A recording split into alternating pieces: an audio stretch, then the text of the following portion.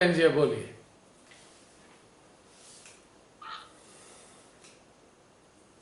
Mind का ही बोल रहे थे ना भैया। पहले हमें पता भी नहीं था कि कैसे माइंड का क्या रोल है हमारे, कैसे इन्वॉल्व हो जाते हैं हर चीज में। धीरे धीरे आपने जैसे अभ्यास कराते गए तो हमें समझ आती गई कि इसको हटाना है, इसका कोई महत्व नहीं। और अब हम इजीली इसको देख पाते हैं कि यहाँ हमारे किसी थॉट में ये माइंड से आ रहा है या हृदय से आ रहा है, तो बस एकदम से क्लियर हो जाता है। एक इंटरेस्टिंग बात बताता हूँ। आप बहुत सारे लोगों से मिलते हैं या हाँ। मिले होंगे या मिल रहे हैं या मिलते हैं मिलेंगे। जिनके भी चेहरे लटके हुए हैं वो सब माइंड से बाधित हैं। जिनके चेहरे खिले खिले हैं वो समझ हृदय से आनंदित हैं। सबसे बड़ी पहचान है। दुखी आत्मा जितने हैं वो सब माइंड वाले हैं, और जितने प्रफुल्लित और प्रसन्न चित्त हैं वो सब हृदय वाले हैं। एक सेकंड में जान सकते हैं आप।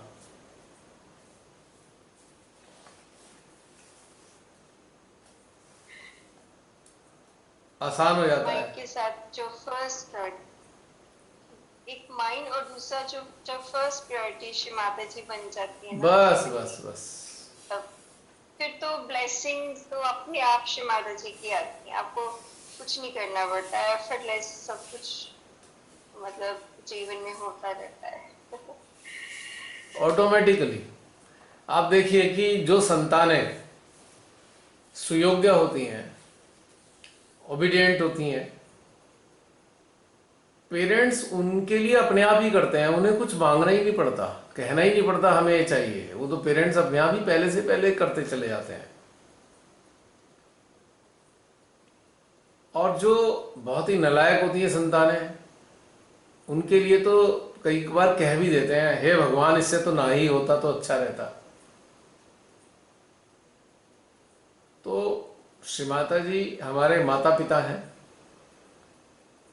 जब आप उनके साथ, उनकी प्राथमिकता है आपके लिए, तो वो तो अपने आप ही आप सबका ध्यान रखने वाले हैं। उनसे आपको कुछ कहना ही नहीं पड़ेगा, अपने आप ही प्रेम मिलता रहेगा उनका।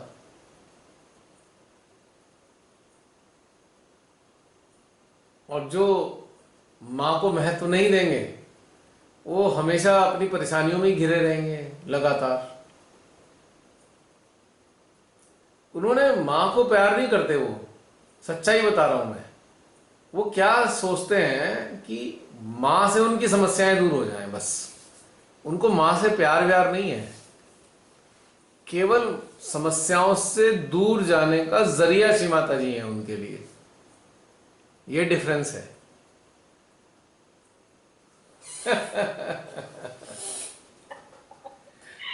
ये हम यहाँ पे कहते हैं ना समस्याएं या जो भी प्रॉब्लम्स, उन लोगों की लैंग्वेज अभी भी नेगेटिविटी बोलते हैं इन चीजों को, जो जागृत अंदर से जागृत नहीं हुए। तो हमें तो लगता है कि कोई प्रॉब्लम होती ही नहीं है। वरीज प्रॉब्लम पहले हमारे साथ चिपकी हुई थी, पर अब लगता है कि ये धीरे धीरे वर्ड्स भी डिलीट हो गए हैं। एक्चुअली जैसे, क्योंकि हम कुछ कर नहीं सकते, एक्सेप्टेंस भी है हो गई ना अब। हाँ, एक्चुअली जीवन एक घटनाक्रम है, और हम्म। आपका नजरिया ही इस जीवन को प्रॉब्लमेटिक और सॉल्यूशन वाला बनाता है। वो तो एक घटना घटित हो रही है, that is a event, it is a happening, it is some sort of occurrence. जीवन एक घटनाक्रम है। अब आप इस घटनाक्रम को कैसे लेते हैं ये आप पे निर्भर करता है। अब कोई इस घटनाक्रम को कहता है अरे ठीक है भाई ये तो ऐसा ही होता है, कहता है अरे बाप रे मैं तो बड़ी मुसीबत में फंस गया हूँ, ये हो गया वो हो गया, अब ये करना है वो करना है, ऐसा क्यों कर दिया भगवान जी, मेरे साथ ही होना था आपने। अब वो फिर ये वाली भाषा बोलता है, क्योंकि उसका नजरिया ये है कि उसने जीवन समझा नहीं। और जिसने जीवन को समझा उसके लिए कोई प्रॉब्लम है नहीं।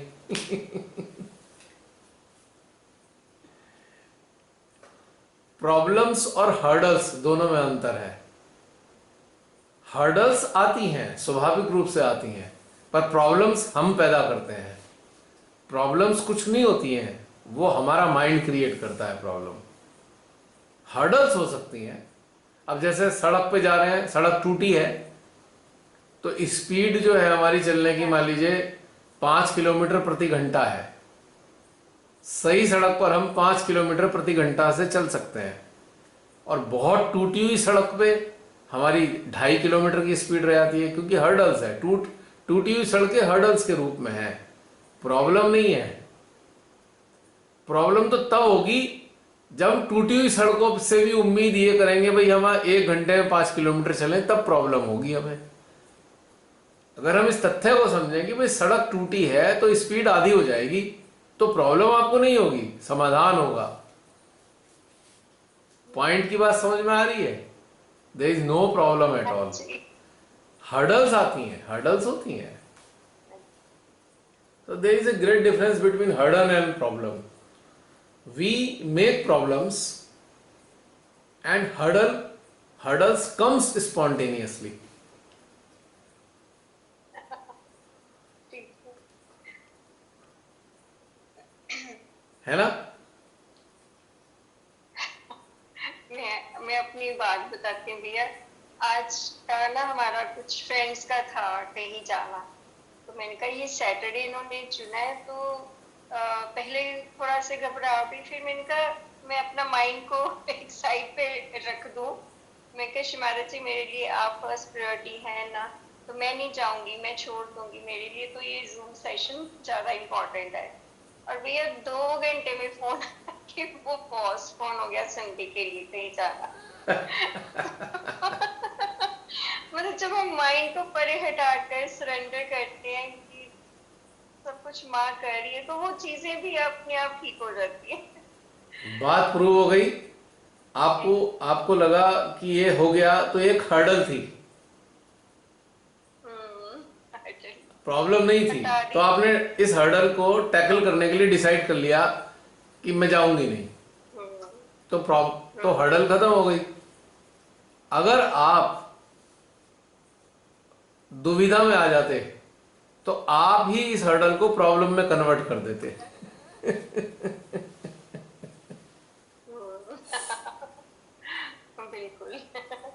फिर जॉय खत्म हो जाता ना अंदर का, वो फिर एग्जैक्टली उलझा रहता है दिमाग उसी चीज में। exactly. हाँ, तो कहने का मतलब है, हल्के हो। जैसे हम सड़क पे जा रहे हैं, हम ड्राइव करते हुए जा रहे हैं, और हमें मान लीजिए डलहौजी जाना है। हमने लुधियाना से यात्रा शुरू करी, गाड़ी की शुरू, हमने सोचा, कैलकुलेट किया, वे डलहौजी हम 4 घंटे में पहुंच जाएंगे। एक अप्रोक्स आइडिया लगा लिया कि इतने किलोमीटर है, इतने घंटे में पहुंच जाएंगे। हैं, पठानकोट का 1 घंटा, और 2.5-3 घंटे हमारे डलहौजी के पठानकोट से, ऐसा हमने एक आइडिया लगा लिया 4 आवर्स का। अब क्या हुआ कि हम चल रहे हैं, अचानक रास्ते में जो है बैरिकेडिंग लगा रखे हैं पुलिस ने, पुलिस चेकिंग कर रही है। आधा घंटा वहां पे लग गया। अब हम एंग्जाइटी हो गई हमें, अरे हम लेट हो जाएंगे, लेट हो जाएंगे, लेट हो जाएंगे। टेंशन आ गई। अब हमें बड़ी प्रॉब्लम लगने लगी कि अरे ये तो हमारा टाइम खराब हो गया, प्रॉब्लम हो गई, प्रॉब्लम हो गई। अब एक दूसरा नजरिया है। अब हम जा रहे हैं, बैरिकेडिंग देख के कहेंगे अच्छा रास्ते में जरूर कोई दिक्कत होनी होगी, इसलिए डिले करा दिया श्री माता जी ने। हर्डल देकर डिले कराया हमारे ही फायदे के लिए। अब एक सॉल्यूशन है ये। So we are the creator of problems. our own prarabdha our own prarabdha generates hurdles for us, and due to unawareness we we make hurdles our problem। यानी कि हमारे प्रारब्ध के कारण बाधाएं उत्पन्न होती हैं, किंतु अपनी अज्ञानता के कारण हम उन बाधाओं को परेशानी बनाते हैं। We are the creator of problems.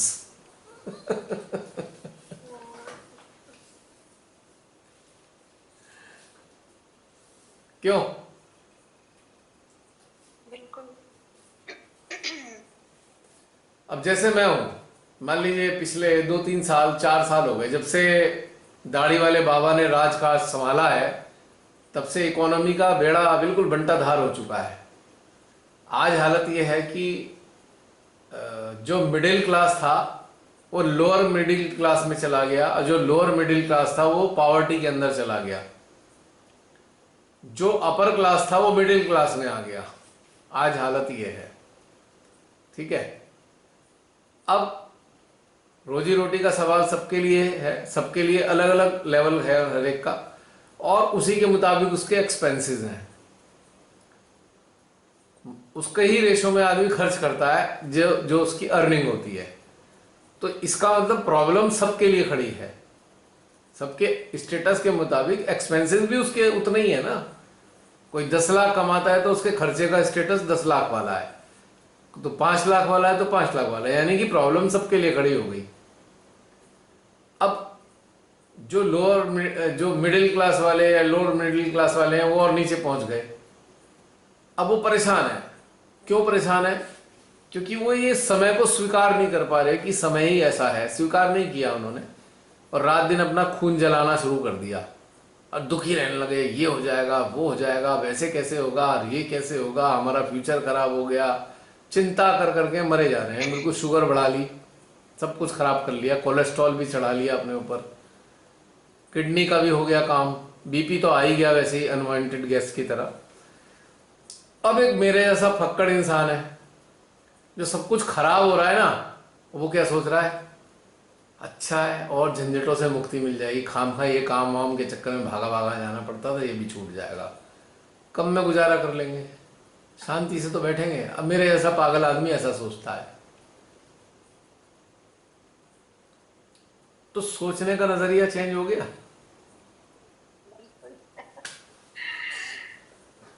चाहूं तो मैं इसे प्रॉब्लम बना के अपना बीपी शीपी बढ़ा बढ़ू के मुसीबत में आ जाऊं और रात की नींद की गोलियां खाना शुरू कर दूं, क्योंकि नींद नहीं आएगी चिंता में। और चाहूं तो मैं ऐसी अवस्था में घोड़े बेच के सोऊं कि अच्छा है, खत्म हो जाएगा झंझट, तो जिम्मेदारी भी खत्म हो जाएगी। ज्यादा होता है तो ज्यादा जिम्मेदारी होती है, कम होता है तो कम जिम्मेदारी होती है।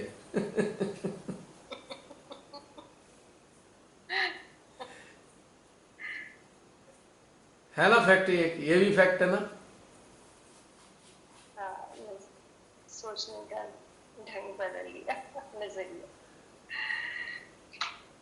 अब जैसे पेट्रोल डीजल आसमान पे पहुंच गए, डीजल महंगा होने के कारण सारा प्रोडक्ट, सारी कमोडिटीज बहुत महंगी हो गई, ठीक है, और महंगाई अच्छी खासी है।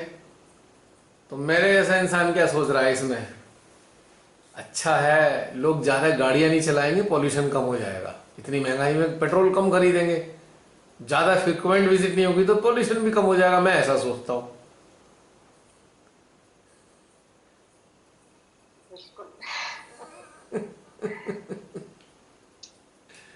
अब मान लीजिए किसी इंसान ने पेट्रोल महंगा होने के कारण, पहले वो रोज गाड़ी लेके जाता था मान लो, तो उसने कहा नहीं भाई अब मैं हफ्ते में एक बार ले जाऊंगा, ठीक है, ओके, एक समझदारी वाली बात हो गई। उसने कहा भाई चलो पेट्रोल का खर्चा एक हफ्ते में अगर गाड़ी चलाऊंगा तो मैं मैनेज कर लूंगा। पर उसने उपकार ही किया ना, वातावरण को प्रदूषित होने से बचाया ना अपने स्तर पे। दूसरी चीज, उसने समझदारी की, अपने खर्चे को बैलेंस करने के लिए उसने समझदारी की, गाड़ी चलाना कम कर दिया। एक संतुलित सोच के लिए अच्छा किया ये। लॉन्ग टर्म में जाके क्या होगा, लॉन्ग टर्म में जाके क्या होगा, पेट्रोल डीजल की डिमांड कम हो जाएगी, और जब लोग कम खरीदेंगे तो सरकार को मजबूर होकर पेट्रोल डीजल सस्ता करना पड़ेगा। आज आसमान पे है, कुछ दिनों बाद ये आ जाएगा नीचे, क्योंकि लोग खरीदना बंद कर देंगे, तो धीरे धीरे करके डाउन हो जाएगा अपने आप ही रेट। तो समझ की बात है ये। पर इसका मतलब ये नहीं है कि इस निकम्मी सरकार को गलत नहीं कहना है हमें, वो हमारा कर्तव्य है कि निकम्मे लोगों को निकम्मा कहना हमारा धर्म है, और इनके विरोध में जो कर सकते हो करना भी चाहिए, क्योंकि गलत काम कर रहे हैं। पर अपने आप को अंदर से परेशान नहीं करना है, जो करना है बाहर से करना है बस। ऐसे लोगों को दिल से बद्दुआएं देनी चाहिए, पर उस बद्दुआ में इन्वॉल्व नहीं होना चाहिए। डिटैच होकर बद्दुआएं देनी चाहिए, क्योंकि इस तरीके से बद्दुआएं देनी चाहिए। सीमाता जी, बद्दुआएं देना हमारा कर्तव्य है। जब खूब बद्दुआएं देंगे तभी तो आप एक्शन लेंगे। तो हम आउट ऑफ इन्वॉल्वमेंट बद्दुआ नहीं दे रहे हैं, आउट ऑफ ड्यूटी दे रहे हैं। अब डिफरेंस आ गया। सीमाता जी ने अपने लेक्चर में कहा था, you can not curse because you don't have such facility of cursing others. तो मैंने इस चीज से एक ट्रिक निकाल ली कि सीमाता जी ने हमें शायद इसलिए मना किया होगा कर्स करने से, क्योंकि हम कर्स करने में इन्वॉल्व हो जाते हैं, हमारा डिट्यूरेशन हो जाता है। हम अपने हार्ट पे लेने लगेंगे तो हमारा सिस्टम खराब होने लगेगा। तो इसका तोड़ निकाल लिया मैंने, भाई डिटैच होकर बद्दुआएं दो जी भर के। ताकि बद्दुआएं भी काम करें और आप पे भी बुरा असर ना आए।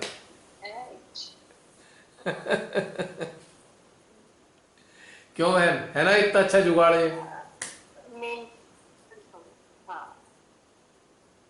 भाई अगर कोई बुरा है, हम लोग अगर कोई बुरा है तो उसे बद्दुआ देना तो हमारा परम कर्तव्य होना चाहिए, लेकिन बिना अटैच हुए उसमें। ऐसा ना हो कि हमारा पूरा नर्वस सिस्टम उसमें इन्वॉल्व हो जाए और हमारे सिस्टम पे संतुलन खराब हो जाए। इसलिए शायद श्री माता जी ने कहा होगा, you can not curse because such facility is not there.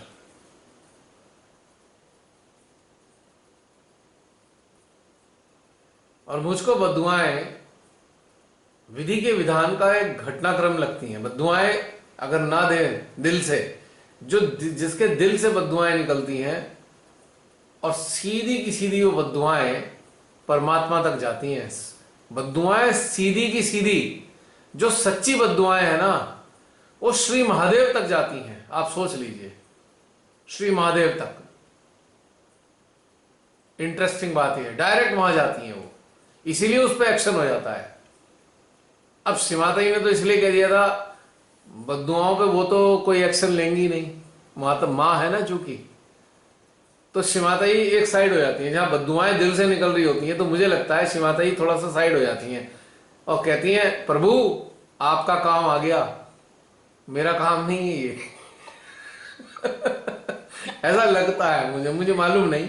अब कोई छोटे मुंह बड़ी बात, मैं कौन सा उनकी कार्य विधि समझ सकता हूं, जान सकता हूं, पर मेरी चेतना को जो समझ में आता है कि सीधी दिल से निकली हुई बद्दुआ है तो साक्षात श्री महादेव तक जाती है, डायरेक्ट, बीच में कोई ऑब्स्टेकल नहीं है।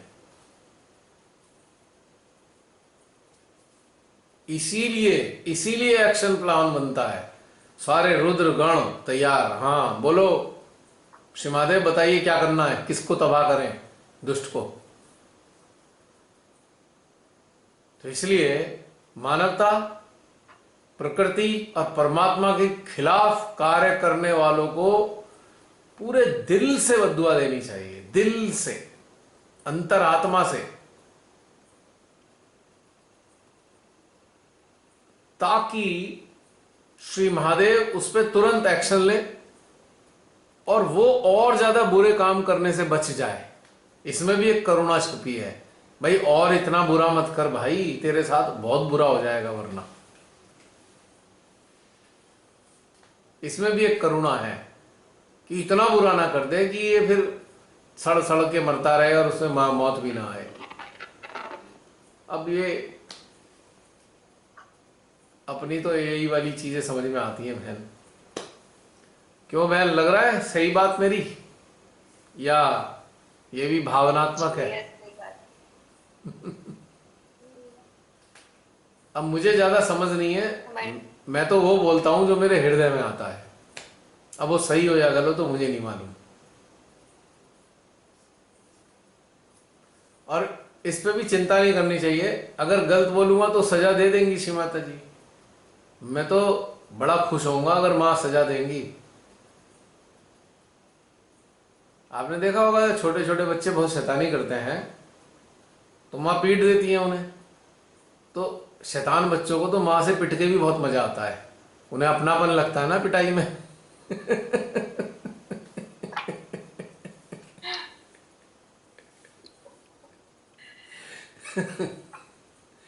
शैतानी करना उनकी प्रवृत्ति है, और पिटाई के बहाने माँ का सानिध्य प्राप्त करना उनकी खुशकिस्मती है।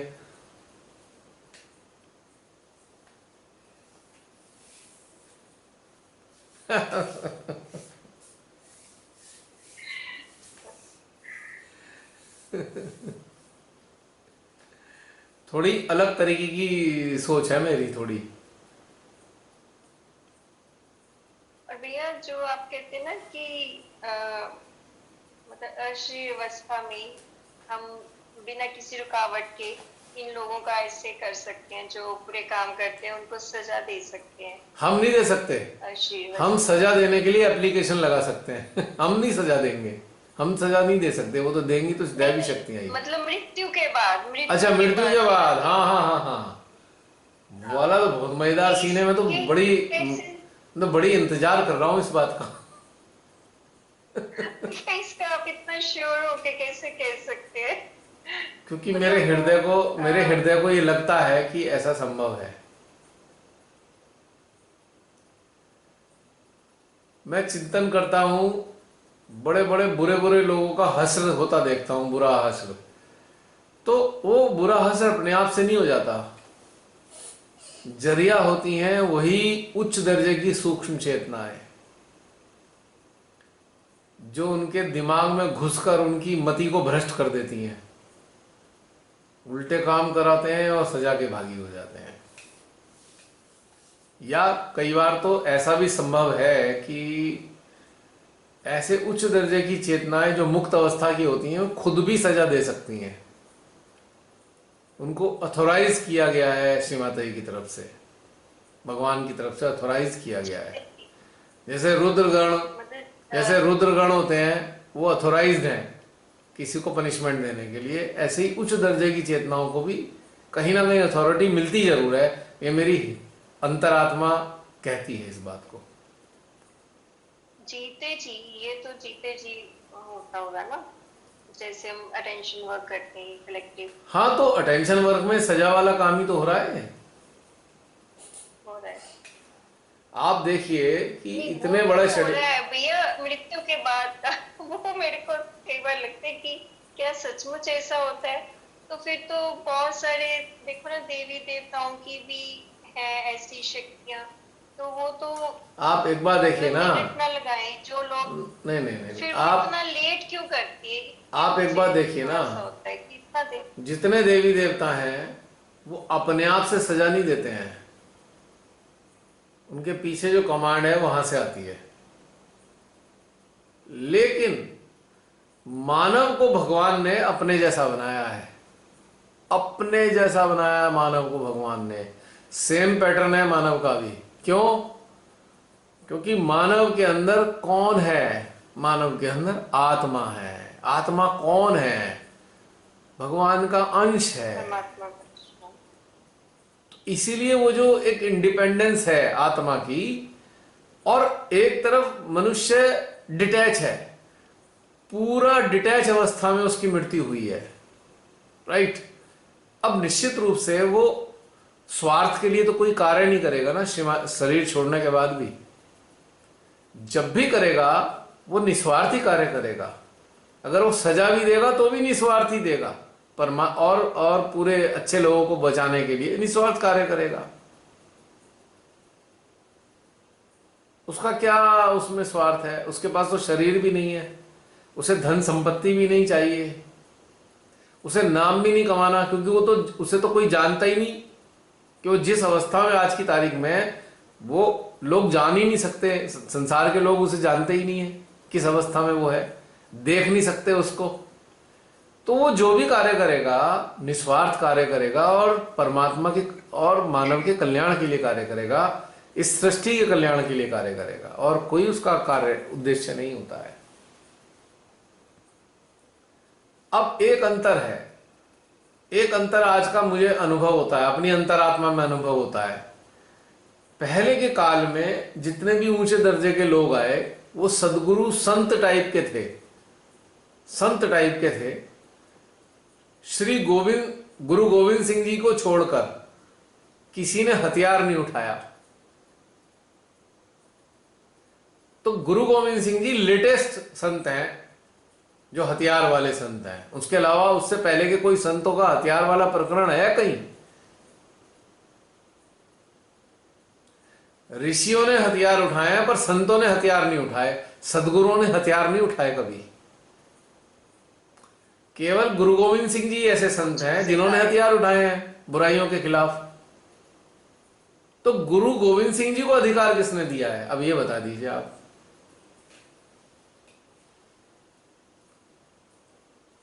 क्योंकि वो स्वयं में सिद्ध है, स्वयं सिद्ध संत है, वो निर्णायक भी हैं कि अच्छे लोगों के लिए हृदय प्रेम से भरा हुआ है उनका, ऊंचे दर्जे के आध्यात्मिक व्यक्ति रहे हैं वो, और बुरे लोगों के लिए तीर है, लेकिन उस बुरे इंसान के परिवार के लिए तीर की नोक पे लगा 125 ग्राम सोना है जिससे परिवार भूखा ना मरे। तो संत सिपाही इसलिए कहलाए कि बुरे आदमियों को मारने के बावजूद भी उनके परिवार वालों का ख्याल रखने वाला, उनको कष्ट ना हो। उसको मारा इसलिए क्योंकि वो इतना बुरा था कि वो सुधर नहीं सकता था। उन्होंने उन्हीं लोगों को मारा जिनका परिवर्तन संभव नहीं था। तो सोचिए, गुरु गोविंद सिंह जी तो हमारे सामने साक्षात जीवंत उदाहरण है, और वो तो संतों की श्रेणी में आते हैं। और हम लोग कौन हैं? श्री माता जी के साथ अगर जिनके जीवन में प्राथमिकता श्री माता जी हैं, उनके बच्चे, वो बच्चे जो हैं वो संत नहीं हैं, वो शक्तियों के स्वरूप हैं। मैंने कहा ना, वो श्री बालक संत नहीं है, वो उनकी शक्तियों के जरिए हैं संचालन करने के, और उनके पास भी स्वयं सिद्धता है।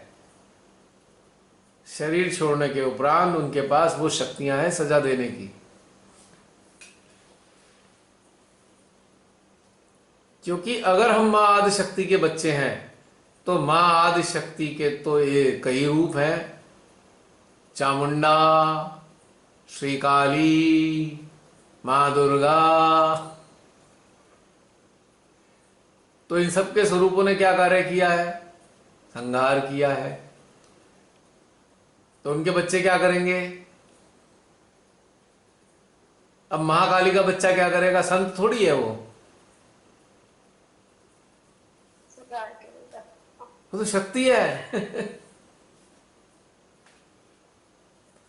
भैया जी, इसी में एक क्वेश्चन मुझे उसमें क्या रहा है कि जब मृत्यु के बाद शरीर भी नहीं रहेगा तो क्या माइंड, हृदय, ये सब रहेगा क्या फिर? बिल्कुल रहेगा, चेतना रहेगी। चेतना के साथ माइंड भी होगा। अगर माइंड बचा रह गया तो माइंड भी होगा, और चेतना होगी, चेतना और माइंड होगी, कुंडलिनी होगी, सूक्ष्म शरीर होगा, सब होगा। बस सिर्फ शरीर छूटेगा, बस स्थूल शरीर छूटेगा, बाकी सब रहेगा। अब एक किताबों की बात पढ़ के नहीं बता रहा हूं, मेरे को अंदर से आभास होता है। नहीं भैया, जैसे दीदी ने कहा वही हमारे लिए भी आता है कि आप बहुत दिनों से ही कहते चले आ रहे, तो आपको जो ये आभास होता है तो ये किस तरीके का होता है? क्योंकि ये तो जैसे आपका तो मानना हो गया कि आप जो गलत कर रहा है उसके पीछे पड़ेंगे, उसको करेंगे, मगर ये जैसे इस समय क्लियर हुआ कि सब कुछ रहेगा, तो सब कुछ मतलब जो हम चाह रहे हैं। अगर मेरा हृदय आज धधकता है बुराइयों के प्रति, तो मेरी चेतना मेरी मृत्यु के बाद भी धधकेगी ऐसे ही। खत्म थोड़ी हो जाएगा। जिस अवस्था में प्राण त्यागूंगा वो अवस्था तो मेरी हमेशा रहेगी, शरीर के बाद भी।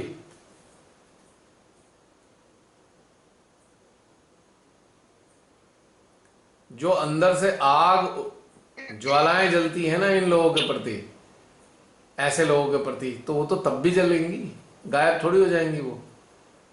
अगर एक संसार से अटैच इंसान मरने के बाद भूत बनकर संसारिकता का लाभ उठाने चाहता है, तो एक डिटैच पर्सन, बुराइयों के खिलाफ संघर्ष करने वाला, शरीर छोड़ने के बाद भी तो वही कार्य करेगा।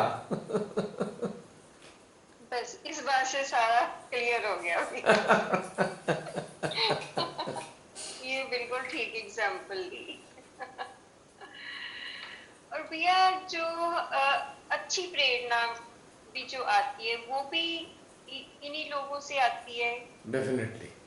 क्योंकि हम लोग तो आध्यात्मिकता से शायद जुड़ते भी ना ही पहले कोई इच्छा थी, मगर जुड़ते गए और ये जिज्ञासा और भी बढ़ती गई। हाँ, तो ये भी प्रेरणा उन्हीं से आती है। ये भी प्रेरणा अभी हमारी मदद ढेर सारी सूक्ष्म चेतनाएं करती हैं, हमारे सहस्त्रार के माध्यम से हमारे हृदय में आती हैं, हृदय में प्रेरणाएं देती हैं। उसी प्रेरणाओं के आधार पर इतने सारे नए नए आपके अंदर नवीन विचारों का सृजन होता है, जो प्राकृतिक हैं, परमात्मा के साथ जुड़े हुए हैं और मानवता की सेवा करने वाले हैं। क्योंकि ये सारी चीज उन्हीं के कारण आती हैं, और हम उनको जब समझने लगते हैं तो हम भी धीरे धीरे वैसे ही परिवर्तित होने लगते हैं जैसे वो लोग हैं। अब जैसे एक चुंबक होती है, चुंबक के साथ लोहे का रख दो, धीरे धीरे लोहे के अंदर भी चुंबक पैदा हो जाता है। पारस क्या होता है मैंने देखा तो नहीं, पर सुना है कि पारस को जिसके साथ रख दोगे वो सोने में परिवर्तित हो जाएगा। सुना है, कहानियां सुनी है, पर चुंबक को तो मैंने देखा है ना। चुंबक से लोहे को चुंबक बनते मैंने देखा है, प्रैक्टिकल किया है मैंने। बचपन में हम खेलते ही थे, तो जिस चीज से खेलते थे लोहे से, वो धीरे धीरे चुंबक में ही परिवर्तित हो जाता था। तो ये प्रैक्टिकल नॉलेज है इस बात की। तो हमारे अंदर यदि ऐसी चेतनाओं का सामूहिकता रहेगी, सानिध्य बना रहेगा, तो हमारे अंदर भी अच्छे अच्छे भाव पैदा होंगे। अब कबीरदास जी कह नहीं गए क्या, जैसी संगति वैसी ही मति और जैसी मति वैसे ही कार्य, और जैसे कार्य वैसे ही उनके प्रतिफल।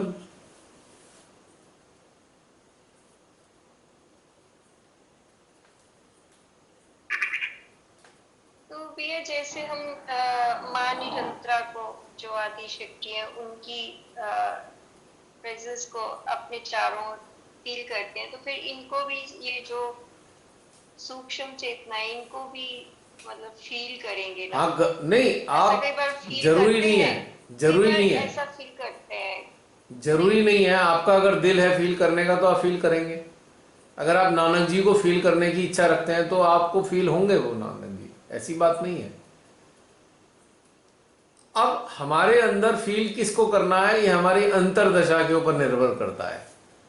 हमारी जो अंतरदशा स्वाभाविक दशा है, क्या वो फील किसी को करना चाहती है या नहीं, या परमेश्वरी को ही फील करना चाहती है। अब डिपेंड करता है ना उस पर। ये हमारी अंतरदशा पे निर्भर कर रहा है कि हम फील क्या करना चाहते हैं। वो तो परमेश्वरी आता है। अब जैसे मैं आपको उदाहरण के लिए बताऊं, श्री माता जी का सबसे ज्यादा मेरे को जो स्वरूप आकर्षित करता है, वो श्री महाकाली वाला स्वरूप सबसे ज्यादा आकर्षित करता है। मुझे बड़ा प्रिय है रूप, वो मुझे सबसे अच्छा लगता है।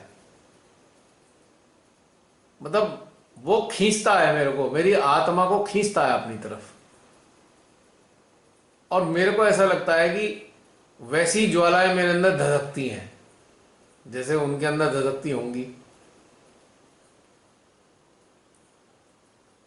अगर वो भगवान शिव को भी उनका यही रूप भैया सबसे अधिक प्रिय है। नहीं, सच्ची बता रहा हूं, मुझे जो भयानक श्री माता जी का जो भयानक रूप है वो मुझे सबसे ज्यादा प्रिय है, सबसे ज्यादा प्रिय है। हाँ, मेडिटेशन के लिए वो रूप नहीं रखते, मेडिटेशन के लिए वो रूप तो फिर कहानी कुछ और कर देगा ना। मेडिटेशन के लिए तो धन्वंतरी वाला रूप ठीक है, क्योंकि हम माध्यम भी हैं उनके, प्रेम प्रेम भी तो फैलाना है। अब तलवारें थोड़ी चलाएंगे हम लेकिन बुराइयों के लिए तो वो रूप सबसे पसंद है, सबसे ज्यादा पसंद है। ऐसा खींचता है ना दिल में। अच्छा एक बताइए, अगर ऐसी वाली फीलिंग ना होती तो इस ग्रुप का नाम इविल सेंटर्स क्यों रखा जाता? इस बात का सबूत है ये, मेरी अंदरूनी फीलिंग का प्रतीक है ये इविल सेंटर्स ग्रुप, कि बुराइयों का समापन होना चाहिए, जो मानवता को नष्ट कर रही हैं, परमात्मा को लज्जित कर रही हैं, प्रकृति का विनाश कर रही हैं, वो कार्य तो हमारे सिस्टम से होना भी चाहिए। अभी मजबूरी है, स्थूल शरीर में है, तब तो मुक्त अवस्था होगी, फिर काहे की टेंशन है? फिर तो हमें तलवार और बंदूक उठाने की भी जरूरत नहीं, शक्तियां ही अपने आप ही कर देंगी कार्य। भैया एक प्रश्न और है जी। वो ये कि जैसे स्थूल शरीर नहीं रहेगा मृत्यु के बाद, तो ईश्वर ही तय करते हैं कि आपको क्या करना है कि नहीं। तो हम लोगों को ये छूट है कि हम लोग अपने लिए चुने कि हम परमात्मा उन लोगों का तय करते हैं जो अटैच होते हैं संसार से, और जो डिटैच होते हैं तो उनसे तो खुद परमात्मा पूछते हैं, हाँ बच्चे क्या करना चाहता है कहाँ जाना चाहता है जो अटैच हैं उनका निर्धारण होता है। जो संसार में बुरी तरह लिप्त रहे, अपनी किसी इच्छाओं के मारे रहे, उनका निर्धारण करना पड़ता है, भैया ये तो चिपके हुए इंसान है, इनका क्या करना है, क्योंकि वो खुद में सक्षम है ही नहीं। वो तो जो चिपका हुआ होता है वो पशु सम है, जैसे पशु होता है ना, उसके गले में पट्टा पड़ा होता है या रस्सी बंधी होती है, और पशु पालने वाला उसका व्यवस्था करता है इसे कहाँ रखे। तो संसार में चिपकी हुई चेतनाएं पशु सम होती हैं, उनकी व्यवस्था करनी पड़ती है, भाई इन्हें कौन सी जगह दी जाए। लेकिन जो मुक्त अवस्था में है उनसे तो खुद परमात्मा की शक्ति, परमात्मा माँ पूछेंगे बेटा क्या करना चाहता है बता, वही वाला काम दे दूं, मेरे साथ रहना है मेरे साथ रह ले, कोई असाइनमेंट पे जाना है असाइनमेंट पे चला जा, वो तो मुक्त है ना।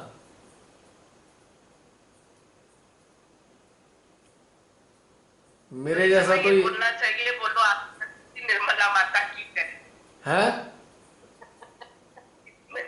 बोलना चाहिए, बोलो आदि शक्ति से निर्मला माता की जय। क्या चीज? आपकी बात समझ नहीं आई मेरे को, क्या बोला आपने? इस समय बोलना चाहिए, बोलो आदि शक्ति श्री निर्मला माता की जय। वो तो हमारा रोम रोम बोलता है, लेकिन इस वक्त क्यों बोलना चाहिए, इसका उत्तर दे दीजिए इस समय ये बोलना चाहिए कि हमको वो स्थिति मिल गई, अगर इस स्थिति में हम पहुंच जाए तो वो स्थिति मिल गई है कि ईश्वर खुद हमसे पूछे कि आपको क्या करना है। हाँ तो ये तो मैंने आपको बता ही तो दिया, जो अटैच ही नहीं है उसको तो स्थिति मिलती ही मिलती है, 100% मिलती है। डिटैच को नहीं मिलने की, उसके लिए सोचना पड़ेगा इसे कौन से वाले बाड़े में बांधे। बाड़ा नहीं होता जानवरों का, भाई जानवरों का बाड़ा होता है, बकरी का बाड़ा, गाय भैंस का बाड़ा है ना, और अस्तबल होता है घोड़ों का, गधों का अस्तबल होता है। वो तो खुद उनका डिसाइड करना पड़ेगा कि कौन से कैटेगरी वाला है, इसे कहाँ पे रखा जाए। लेकिन जो अटैच ही नहीं है वो तो उनका यंत्र है, उनकी शक्ति के रूप में शरीर जब तक है तो वो यंत्र बन के कार्य करेगा, शरीर छोड़ने के बाद उनकी शक्ति बन के कार्य करेगा। अब जैसे कि एक बच्चा है, एक माँ बाप है, बड़ा व्यापारी है माँ बाप, और बच्चा है, बच्चे ने सारा काम संभाल लिया, ठीक है। अब माँ बाप को पता है, पिता ने कहा भाई ये तो बच्चा बहुत इंटेलिजेंट है, जब वो छोटा था तो उसे गाइड किया उन्होंने, लेकिन जब देखा ये बहुत काबिल है तो अब पिता उससे कुछ नहीं कहते, अब उससे कहते हैं बेटा जो तेरे को करना है वो कर ले। अब वो पिता से पूछता भी नहीं है, अपनी मर्जी से व्यापार करता है, क्योंकि पिता को उसकी काबिलियत पे संदेह खत्म हो गया। अब उसको व्यापार क्या करना है, हो सकता है जो पिता व्यापार करता हो वो ना करे, कोई और नया व्यापार कर ले, पर ना तो पिता उसे टोकता है ना उसे रोकता है। हाँ, अगर वो कहता है पिताजी थोड़ी सी मेरे मदद कर दो तो सहायता कर देते हैं, वो तो नहीं पूछता ना पिता उससे कहता तू क्या काम करना चाहता है मुझे बता पहले, मेरे से परमिशन नहीं ले, और बिल्कुल परमिशन भी नहीं लेता। वो तो कह देता है मैं ये काम कर रहा हूँ, खत्म। पिता कहते हैं अच्छा बेटा तू तो वैसे ही काबिल है, अपने आप ही कर लेगा। इन द सेम वे, जब एक सोल मानव देह में जीवित रहते हुए पूर्णतया मुक्त हो जाती है, और जीवित रहते हुए उसने पूरे जीवन, खासतौर से जागृत होने के बाद, मानव कल्याण, प्रकृति के संरक्षण और परमात्मा की ओबीडियंस में उसने समय बिताया हो, तो उसके बाद वो मुक्त चेतना अपनी मर्जी से ही कार्य करती है, और सारी शक्तियां परमात्मा की उसे प्राप्त होती हैं। जिस तरीके से भी कार्य करना चाहे वो स्वतंत्र होता है। अब जयकारा जयकारा वो लगाते हैं जिन्हें मां अपने अंदर महसूस नहीं होती ऐसी अवस्थाओं में, और जिन्हें महसूस होती हैं तो जयकारा लगाने की क्या जरूरत, अंदर ही है, महसूस ही हो रहा है।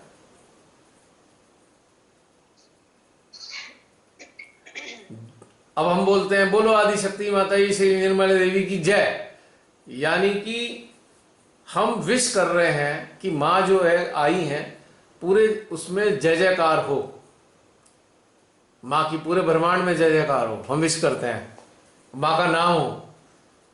दूसरी तरफ एक इसमें एक बात छुपी हुई है कि भाई जय जयकार कब होगी, जब माँ के बच्चे वैसे कार्य करेंगे तभी तो जय जयकार होगी। हाँ, बिल्कुल। हवा हवा में थोड़ी हो जाएगी जय जयकार क्योंकि जय जयकार का जो घटनाक्रम है मां के बच्चों पे निर्भर करता है। सही कह रहे हो। तो जो बच्चे डिटैच हो गए हैं उनके जरिए तो जय जयकार ही होनी है श्री माता जी की, और जो अटैच हैं उनके कारण बदनामी ही होनी है बच्चों की, मां की। अटैच जितने भी मां के अटैच बच्चे हैं उनके कारण मां की बदनामी ही होती है, हो रही है बदनामी। अस्पताल खोल के बैठ गए, कोई धन कमाने बैठ गए, कोई अपना मठाधीश बन गए, उनकी बदनामी तो हो रही है। फैक्ट है ये बात, मां की बदनामी ही कर रहे हैं, मां का नाम ही खराब कर रहे हैं। वो पैसे कमा रहे हैं मां के नाम पे, तो नाम ही तो खराब कर रहे हैं। और पूरे विश्व में ऐसे बच्चे हैं जिनके कारण जय जयकार हो रही है और पूरे विश्व में सहयोग फैल रहा है। ऐसे भी बच्चे हैं जिनके कारण ये फैला है। अब बहुत से लोग आपको मिल जाएंगे कहते हुए, आप तो कहते हो जी श्री माता जी तो कहती हैं ये हो जाएगा, आप लोग तो कुछ और ही कहते हो, आप लोग तो जी पैसे कमा रहे हो। ऐसे भी बहुत सुनने में मिलती हैं बातें, अजी वो तो पैसे लेते हैं, ये भी सुनने को मिलता है। तो हमारा सर तो शर्म से झुक जाता है ना। हम आम आदमी को क्या कहें उस ऐसी स्थिति में, केवल इतना ही कहेंगे भैया उसकी जैसी मति, पर माँ ने तो नहीं कहा पैसे कमाने के लिए, माँ ने तो नहीं कहा किसी की चेतना पे शासन करने के लिए, रौब जमाने के लिए, हैं लोगों की चेतनाओं को कुंठित करने के लिए। लेकिन कुछ नालायक लोग ऐसा कुंठित भी करने का प्रयास करते हैं, भोले भाले लोगों की आत्माओं को कुंठित कर देते हैं। तो वो माँ का ही तो नाम खराब कर रहे हैं, किसी और का नाम थोड़ी खराब कर रहे हैं। तो अब ये डिसाइड करना पड़ेगा हमें, माँ का नाम खराब करने वालों की श्रेणी में आना है कि नाम करने वालों की श्रेणी में आना है। हाँ, कोई लोग आपकी कार्यों से ईर्ष्या करके आपकी बुराई करने लगे तो उससे माँ का खराब नहीं होगा नाम। माँ का नाम तब खराब होगा जब माँ के ऊपर ये ठप्पा लगवा देंगे भैया इससे तो लोग पैसे कमाते हैं, धन कमा रहे हैं, लोगों को लूट रहे हैं, तब खराब होगा। कोई मानव पूर्ण रूप से जागृत है और उसको ये पता है कि उसको जीवन में क्या करना है और किस तरीके से करना है। अब उसके कार्यों को आम आदमी, आम सहजी नहीं समझ पा रहे मान लो, और उसके अपनी मर्जी से अपना दिमाग लगा लगा के कुछ भी बोल देते हैं, तो उससे माँ का कोई खराब नहीं होता नाम।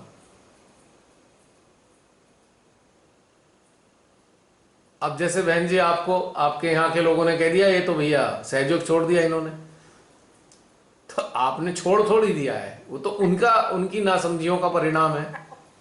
तो कोई अब ये लोग आगे जाके कहते हैं जी इन्होंने तो सहयोग छोड़ दिया, पता नहीं किस चक्कर में पड़ गए। तो पर हकीकत तो आपको पता है कि छोड़ा है कि क्या हुआ है आपका। तो ऐसे बहुत लोग मिल जाएंगे अपनी अपनी मूर्खतापूर्ण बुद्धि कुबुद्धि के कारण वो किसी को कुछ भी नाम दे दें। नहीं, तो इसीलिए जो ऐसे हमारी चेतना पे निर्भर करती है जी। देखिए, जो लोग खुद गलत काम कर रहे होते हैं ना, वही ऐसी उल्टी सीधी बातें करते हैं। हमें सब कुछ पता भी है उनके बारे में, हम फिर भी शांत बैठे कि ठीक है जब माँ देख रही है उनको भी, तो उनसे बहस करने का तो कोई मतलब ही नहीं है ना। एक चीज और मैं आपको बता रहा हूं, इतिहास गवाह है, इतिहास गवाह है, उठा के देख लीजिए, जितने भी जागृत बच्चे हुए हैं उन्होंने समाज के हिसाब से कभी कोई कार्य नहीं किए हैं, उन्होंने एक नए समाज का निर्माण किया है नई समझ और नई सोच का विकास किया है। और वो अपने काल में उन लोगों को सबने बदनाम किया है, समाज ने उन लोगों को अपने काल में बदनाम किया है, बुरा भला कहा है, सजा दी है, सताया है, तकलीफ दी है, एक्सेप्ट नहीं करते ना। नहीं। तो ये घटना आज भी है। श्री माता जी के कहने को तो श्री माता जी की बातों के फॉलोअर हैं, पर वो कर कुछ और रहे हैं, और ऐसे लोग जो जागृत बच्चे हैं उनको तकलीफें पैदा करते हैं। उन लोगों के लिए, जागृत बच्चों के लिए ऐसे लोग तकलीफें पैदा करते हैं रात दिन, और उल्टी सीधी बातें फैलाते हैं। तो वो पहले जो होता था वो आज भी हो रहा है, प्राचीन काल में जो लोग करते थे वो आज भी हैं, क्योंकि वही वाले लोग जन्म ले लेके आज इस रूप में फिर पैदा हो गए हैं।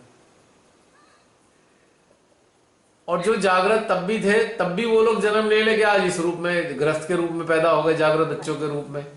सेम घटनाक्रम चला आ रहा है। और वही वाले राक्षस हैं जो आज मानवों की देह में मौजूद हैं, वही शैतान है उस जमाने वाले, वो आज शैतान भी मानवों के अंदर कार्य कर रहे हैं। सब कुछ वही का वही चल रहा है, और फाइट भी वही है। और ये ऐसे ही चलता रहना है, ऐसा ही चलता रहना है। तो सबको अपना अपना कार्य करना है। जो उसकी अंतरात्मा जागृत हो जाए तो उसे अपना कार्य करना है, उसको किसी से पूछने की जरूरत नहीं है। आज आप हैं, शुरुआत में जब आपका विवाह हुआ, आप एक बहू बन के घर में आए, तो आपको बहुत सारे लोगों से पूछना पड़ता था। आज आपको किसी से कुछ नहीं पूछना, जो मन कर रहा आपका अंदर से आता है वो आप करते हैं। आपसे कोई ये क्वेश्चन नहीं पूछा ऐसा क्यों किया, क्योंकि आज आपके पास वो अधिकार है। आपने कर्तव्य निष्ठा निभाते निभाते पहले सबको सम्मान दिया, पूछा, और आज जो है आप उस स्थिति में आ गए, आपको किसी से कुछ पूछना ही नहीं है। और जो बाकी लोग हैं वो जानते हैं आप कल्याणकारी कार्य करते हैं। ठीक इसी प्रकार से जब एक सोल सह शरीर रहकर कल्याणकारी कार्यों में ही लगी रहती है और संसार से पूरी तरह निर्लिप्त होती है, तो शरीर छोड़ने के बाद भी उसे भगवान जी से पूछना नहीं पड़ता कि मैं कल्याण के कार्य कौन से करूं, क्योंकि तो पहले से ही करती आ रही है, आगे भी उसने वही करना है और उसमें भगवान बिना उसके कहे उसकी खड़े होते हैं, उसके साथ में मदद करने को आतुर हैं। ये तो पूछेगा नहीं भाई कुछ, हम ही खड़े हो जाएं, क्या पता पूछ ले। ये भी बात सत्य बता रहा हूं मैं आपको। अब जैसे कि आप एक साधारण सी कहानियां सुनिए। अब श्री गणेश और कार्तिकेय परमात्मा के पुत्र हैं, मां पार्वती और महादेव के। अब कभी जब वो राक्षसों से युद्ध करते हैं, तो क्या किसी एपिसोड में गणेश जी ने, श्री गणेश ने और कार्तिकेय ने क्या परमिशन ली है कि मैं कैसे युद्ध करूं, किस प्रकार से करूं?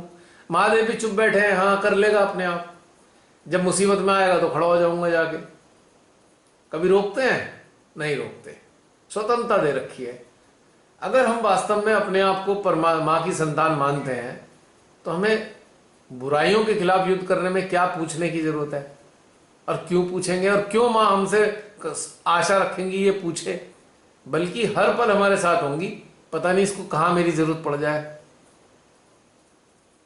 तो ये फैक्ट है जो मैंने आपको बताया है, और ये मुझे अनुभव होता है। और एक बात और बता दूं कि गलत कार्यों के प्रति जो ये प्रकृति, परमात्मा और मानवता के विरोध में कार्य होते हैं, मेरे हृदय में अग्नि सहज में आने से पहले से जलती है। ये बचपन से, जब से मुझे याद है अपना, तब से मेरे अंदर एक क्रोध की ज्वालाएं हैं ऐसे चीजों के प्रति। ये कोई नई बात नहीं है।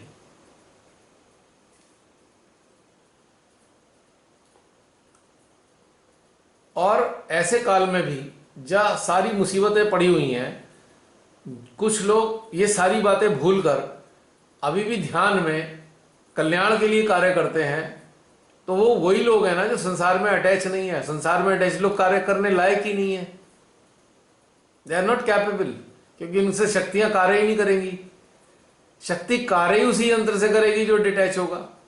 यह भी एक शर्त है। हम में से बहुत सारे लोग अभ्यास कर रहे हैं कार्य करने का, लेकिन इसमें एक अभ्यास और छुपा हुआ है, डिटैच होने का अभ्यास भी है साथ में। तो डिटैच होने का कार्य, अभ्यास और अटेंशन वर्क का कार्य साथ साथ चल रहे हैं। लेकिन बहुत से लोग जो अभी भी लिप्त हैं, वो अंदर से जानते हैं कि हम कार्य करने योग्य नहीं हैं। खुद जानते हो कि हम इस लायक नहीं है कार्य करें, क्योंकि हमारी प्राथमिकता तो संसार की चीजें हैं, हम उनमें लिप्त हैं। वो खुद ही जानते हैं अंदर से, कहने की जरूरत ही नहीं, कुछ भी समझने की। ऐसे लोग जूम सेशन में से भी, इसमें से भी निकल गए ना, ग्रुप में से, उनकी फिर वही अटैचमेंट शुरू हो गई। हाँ, वो तो अब कहीं भी आएंगे जाएंगे। तो हम सब लोग अपनी अपनी चेतना के आधार पे चलते हैं, ये बात तो पक्की है। और मुझे लगता है कि परमेश्वर को हर काल में ऐसी ही चेतनाओं की आवश्यकता होती है जो सदा डिटैच रहते हैं, और उनसे ही वो कार्य लेते हैं। अटैच से तो कार्य लेते ही नहीं, वो कभी भी ले ही नहीं सकते, क्योंकि वो योग्यता ही नहीं है। अब एक ईमानदार वजीर है, कोई एक राजा का ईमानदार वजीर है, पूरा खजाना राजा उसको सौंप देता है कि भाई उसे बांट देना, और कोई बेईमान है, लोभी है, तो राजा तो कभी उसे एक दिनार भी ना दे, उसे पता है खा जाएगा ये। तो सौंपा भी तो योग्य इंसान को जाता है। अगर आज लिप्त लोगों को सीमातई शक्तियां दे दें, तो उन शक्तियों का वो दुरुपयोग ही करेंगे ना। वो सोचेंगे इतना धन कमा लूं, मेरा पूरा खानदान कभी मरे नहीं, अमर हो जाए पूरा खानदान, उन्हीं के साथ सदा रहूं मैं, मेरा पुत्र सदा जीवित रहे, मेरी आंखों के सामने रहे, वो तो फिर ये वाली बात करेंगे। है नहीं बात। तो लिप्त को शक्तियां कैसे देंगे, क्योंकि उसका दुरुपयोग ही होना है।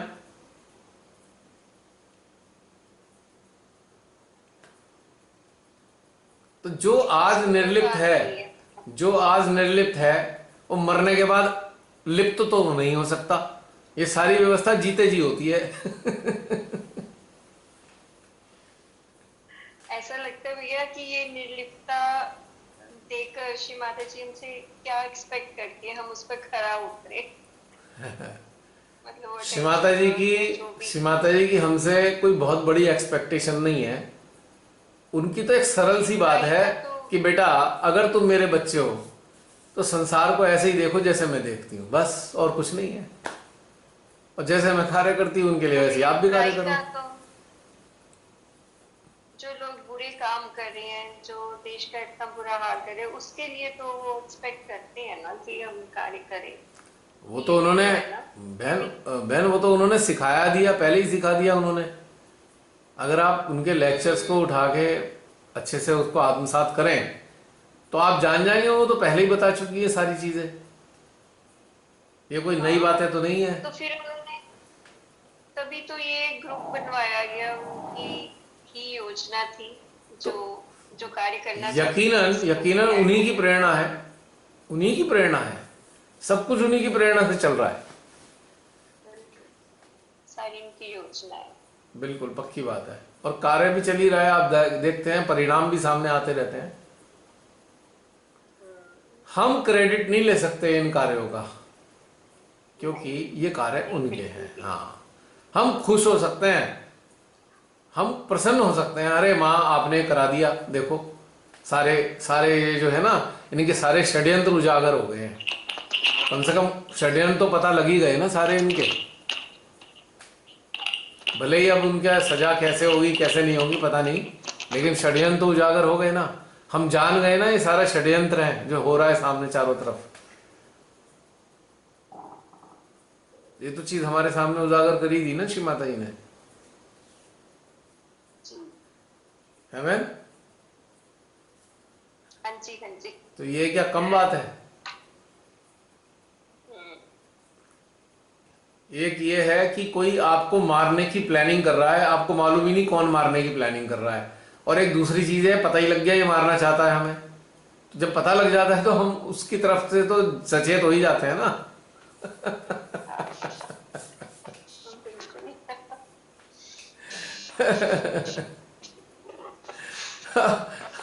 अब अब जिनको पता ही नहीं लग रहा है ये आदमी हमारा हितैषी बनकर हमें ही मार रहा है, तो भाई उनकी तो फिर जान खतरे में ही है ना। क्यों बहन जी? हाँ जी भैया, बिल्कुल ठीक कह रहे हैं। और बताइए।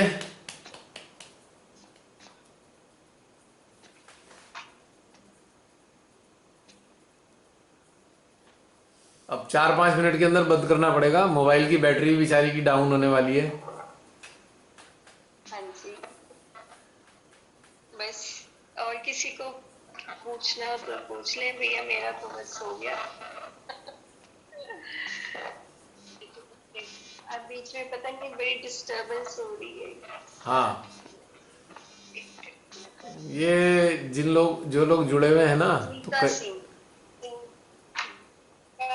सुनीता, जसलीन उनको वो कर दो ना, आपने नहीं ऑडियो बंद कर दो उनका। मैंने म्यूट कर दिया। हाँ, आपने नहीं कुछ बोलना जसलीन? मैंने तो शेयर कर दिया स्टार्टिंग में, कुछ बहुत ज्यादा नहीं है। तो समाप्त करें फिर, अगर कोई नहीं कह सुन रहा है। अर्चना बहन, उम्मीद करता हूं आपको उत्तर मिल गया होगा। जी भैया। सब कुछ अपने अंदर से हर वक्त हम माँ का थैंक्स करते हैं, जो भी कुछ हमारे जीवन में हमें जैसे विकसित कर रही है माँ, तो थैंक्स तो जयकारा तो हर वक्त होता है अंदर से ही। बिल्कुल बाहरी बिल्कुल। कोई दिखावा हमें ना अब जरूरत नहीं पड़ती कि हम कुछ कर रहे हैं, किसी को दिखा रहे हैं, ऐसा क्या कुछ जरूरत है नहीं। दिखाने की? हाँ, अब अटेंशन वर्क ऐसा है कि जिसको जो किसी को दिखाई नहीं देता, और अटेंशन वर्क में जो जुड़े हैं वो लोग जानते हैं कि आप कुछ कर नहीं रहे हो, श्री माता जी कर रही हैं, तो झंझट ही खत्म हो गई। भैया मेरे पास एक लड़की आ रही है, उसने जस्ट 3rd या 4th डे उसने भी अटेंशन वर्क सीख मतलब कर रही है, उसको अच्छा लगता है। इट मीन्स कि हर कोई कर सकता है, स्टार्टिंग में ही कर सकता है, और उसका रिजल्ट भी उनको मतलब बड़ा अच्छा जो पॉजिटिव आ रहे हैं कि हाँ वाकई से हम कितने शांत हो रहे हैं। हाँ, ट्रांसफॉर्मेशन हो रही है पूरी पर्सनैलिटी में। कर वो सकता है जिसके अंदर कल्याणकारी भावनाएं हैं, हर एक कोई नहीं कर सकता। जो हार्ट भी प्योर होना चाहिए ना ऐसे। हाँ, अब आपने सही बात बोली, प्योरिटी। हाँ, प्योरिटी का मतलब यह है कि प्योर है, हाँ, बहुत प्योरिटी, अच्छी आत्मा है वो। कल्याणकारी, बिल्कुल। जिसका हृदय बच्चे जैसा होगा, जिसका हृदय बच्चे जैसा होगा, उसी से कार्य लेने वाली है श्री माता जी। अब समाप्त करें बहन, ये बैटरी भी बंद होने वाली है इसकी, हैंडी कैम की। हाँ जी भैया, ठीक है। तो मेरी नींद खुल गई पूरी। हाँ, मुझे लग रहा था आज मैं खूब सोने वाली हूँ, बॉडी में ना एक हो रही थी बड़ी जब स्टार्ट हुआ, पर भैया जैसे ही ध्यान शुरू होता है ना सारा कुछ ठीक हो जाता है। तो इसमें बहन जी इसे जरा, इसे को मैं इससे वो ले लेता हूं मैं, क्योंकि ये कैमरा बंद हो जाएगा। इसके लिए नहीं, उसको खाली इसके लिए जय श्री माता जी बोल देता हूँ। सभी को जय श्री माता जी। और हृदय से इच्छा है आप सभी बहुत सुंदर यंत्र बने और पूर्णतया डिटैच अवस्था में ही मृत्यु को प्राप्त हो। ये मेरी हृदय से कामना है आप सबके लिए। जय श्री